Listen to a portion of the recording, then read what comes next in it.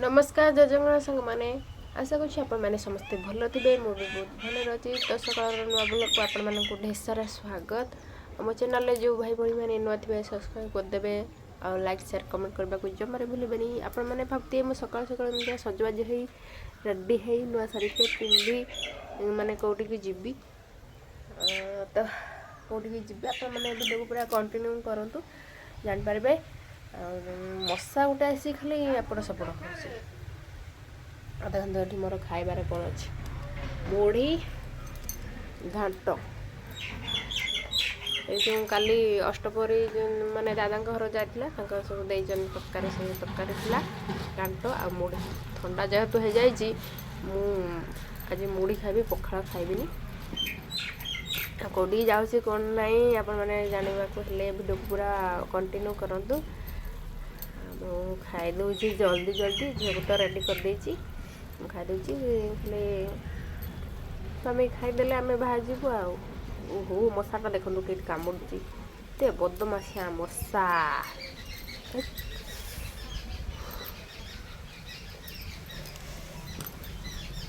तो सांग मैंने आपण मैंने ब्रेकफास्ट माने सकाळे कौन कौन खाइले निहाती कमेंट रे जणाइबे खाई दूँ जल्दी जल्दी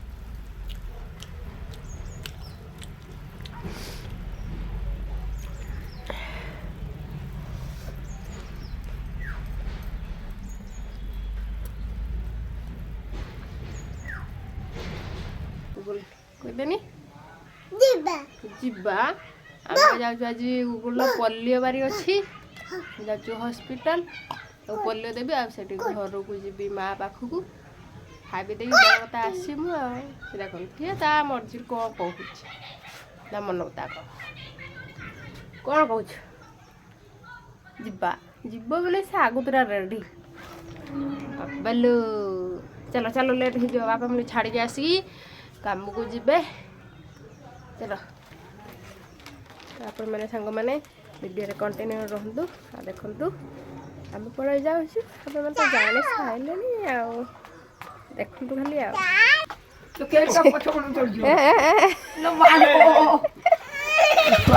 खाली रास्ता को जा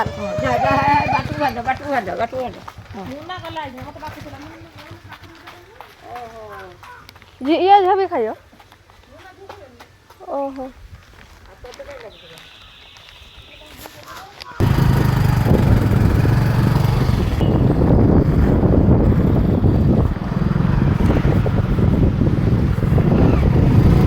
सांग मैंने आज आसी आम पहुँचीगले हॉस्पिटल पे समस्त पोलियो दिखाई आ छोट छोट छुआ मान को भी इंजेक्शन दिखाई एत पार्टी होता जे मो मैंने भयस देती आम हॉस्पिटल में देखेबी आग को ए देखु सांग मैंने आमर यहाँ है हॉस्पिटल मैंने पूरा भल से देखे पानी जेहेतु गूगल अच्छी आगे देखी मैंने देखु देखु सांग मैंने आसिक आम बापघर गाँव में पहुँचू देखो नई आम पुल छाड़ी मैंने बुलूँ बापघर गाँव में पहुँची गले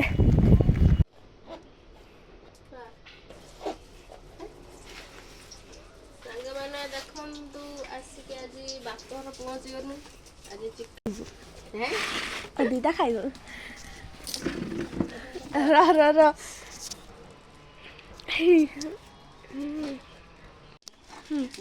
एबे चिकेन प्रस्तुत हम तेल गरम हो गला एबे मसला कषिबा गोटा मसला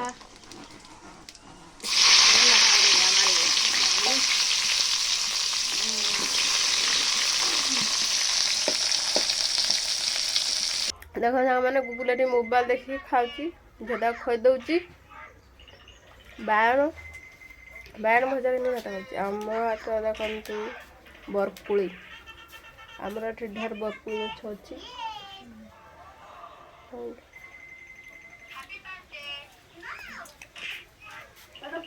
बरपुली लुण लंका तो दरकार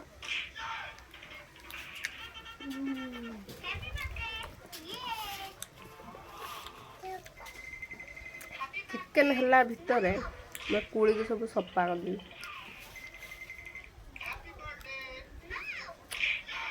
ବଢ଼ିଆ ମିଠା ଲାଗୁଛି। ଚୁପା ଦିଦି ଆସ ହାତ ଧୋଇଦେବ। ଦିଦି ଡାକ। ସାଙ୍ଗମାନେ ଏବେ ତ ମାନେ ରୋଷେଇବାସ ସରିଗଲା ଆଉ ଭାତ ଖାଇବା ବସିଗଲି। ଜୋର ଭୋକ ଲାଗୁଥିଲା। ଚିକେନ୍ ଆସିବା ଭିତରେ ଏଠି ମା ଦହି କାଞ୍ଜି ବନେଇକି ରଖିଥିଲା। ମୁଁ ତାକୁ ଏବେ ଗୁଳେଇ ଖାଇଦେବି। ମୋତେ ଦହି କାଞ୍ଜି ବହୁତ ପସନ୍ଦ। ଆଉ ତ ଶୀତ ଦିନ ଖଟା ବେଶୀ ଲାଗିବନି ଆଉ ସେ ଦହି କାଞ୍ଜିଟା ବହୁତ ଭଲ ଲାଗିବ। ଆଉ ବେଶୀ ଟକ ଦହିରେ ନା ଯେତେ ଚିନି ଦେଲେ ବି ତା ଟେଷ୍ଟଟା ଜମାରୁ ବି ଭଲ ଲାଗିବନି। ସେଥିପାଇଁ ମୁଁ ଆଗ ଦହି କାଞ୍ଜି ଗୋଳେଇକି ଭାତ ଖାଇଦେଉଛି। ଚିକେନ୍ ଆସିଛି ତାର ଭିତରେ ମୁଁ ଭାତ ଖାଇଦେଉଛି। ଦେଖନ୍ତୁ ଆମର ଏଠି ଚିକେନ୍ ଆସିକି ରହିଗଲା। ମାନେ ଖାଇବା ପାଇଁ ସମସ୍ତେ ବସିଗଲେ ଆଉ ମୁଁ ଖାଉଛି। ମୋତେ ନା ଚିକେନ୍ରେ ସବୁଠାରୁ କଲିଜାଟା ଖାଇବାକୁ ବହୁତ ଭଲ ଲାଗେ। ଦେଖନ୍ତୁ ମୋ ଝିଅ କେମିତି ଚାଲି ଆସୁଛି। ଯା ହେଠି ଖେଳିବୁ, ଯା ହେଠି ସପ ପଡ଼ିଛି, ସପରେ ବସିକି ଖେଳିବୁ ଯା। ତୁ ଝାଡ଼ିଆ କରିବୁ।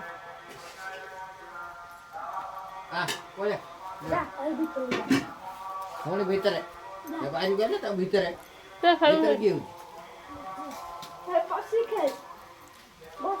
ଏଠି ସବୁ ଖିଆ ଖିଆ ସରିଗଲା। ଆଉ ମୋ ବଡ଼ ମା ଘରେ ଏଠି ମାଛ ତରକାରୀ ଦେଇଛନ୍ତି। ତାଙ୍କର ମାନେ ଯେଉଁ ପାଣିଆଖିଆ ମାଛକୁ ଝୋଳ କରିଥିଲେ ତାକୁ ଦେଇଛନ୍ତି ଫୁଲକୋବି ପକେଇକି। ଆଉ ଏଠି ଚଚଡ଼ା ମାଛ ମାନେ ଯେଉଁ କରାଣ୍ଡି ମାଛ ସେକୁ ବି ବନେଇଥିଲେ ଦେଇଛନ୍ତି। ଖଟା ଦେଇକି ଯେଉଁ କରନ୍ତି ଚଚଡ଼ା ସେଇଟା ବହୁତ ଖାଇବାକୁ ବହୁତ ଭଲ ଲାଗେ। ଆଉ ଏଥର ଆମେ ସେ ଚଚଡ଼ା ମାଛ ଖାଇବାକୁ ପାଇନାହିଁ। ଆଜି ମୁଁ ଫାଷ୍ଟ ଖାଇଲି ଏଠି ମାନେ ବଡ଼ ମା ଘରେ ବନେଇଥିଲେ ବୋଲି ଦେଲେ।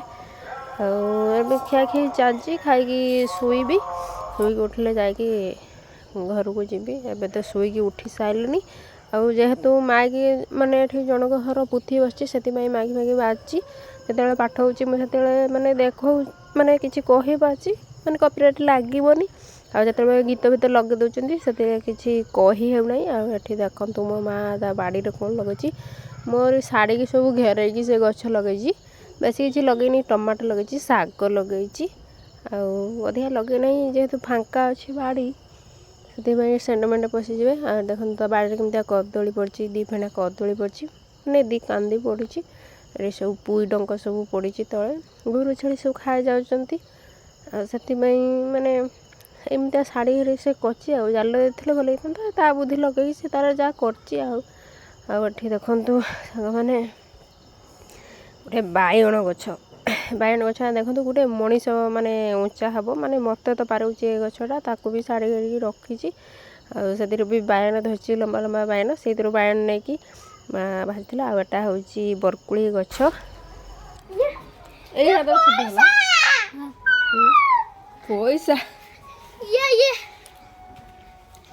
ପଇସା ରଖିଥା